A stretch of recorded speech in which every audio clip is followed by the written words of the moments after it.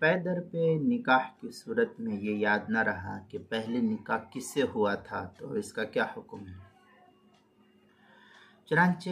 اگر دو بہنوں سے پے در پہ نکاح ہوا، یا کے بعد دیگر نکاح ہوا، لگاتار ایک ساتھ نکاح ہو گیا اس سے دونوں سے، لیکن یہ صورتحال یاد نہ رہا کہ کس سے پہلے ہوا اور کس سے بعد میں، تو اس صورت میں اگرچہ حقیقتاً ایک سے نکاح ہوا ہے، لیکن اس کے باوجود لا علمی کی بنا پر رخصتی سے قبل دونوں کے درمیان تفریق، جدائیگی کرا دی جائے گی۔ اور چونکہ ایک سے نکاح صحیح ہوا تھا، اس لیے اس صورت میں مہر کے سلسلے میں قدر تفصیل ہوگی، وہ یہ کہ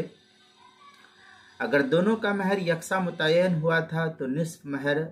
دونوں کے درمیان تقسیم کر دیا جائے گا، آدھا آدھا۔ مثلا 5,000 روپیہ تھا تو 2,500 روپیہ لے کر کے 2,500 میں سے 12.5 ایک کو دیا جائے گا اور 12.5 ایک کو دیا جائے گا، دونوں کے درمیان تقسیم کر دیا جائے گا۔ اور اگر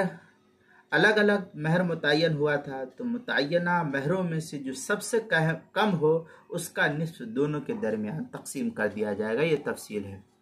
چنانچہ در مختار مع شامیہ میں ہے، ان تزوجہما او بعقدین ونسی النکاح الاول فرق القاضی بینہ و بینہما ویکون طلاقا ولہما نصف المہران ان کان مہرہما متساویان قدرا وجنسا۔ اس طریقے کی عبارت در مختار مع شامی کتاب النکاح چوتھی جلد صفحہ 120 اور 121 جو زکریا بک ڈپو دیوبند کا ہندی نسخہ ہے اس کے اندر لکھا ہے، اور کتاب المسائل اس کی چوتھی جلد صفحہ 230 پر بھی اس کو نقل کیا گیا ہے۔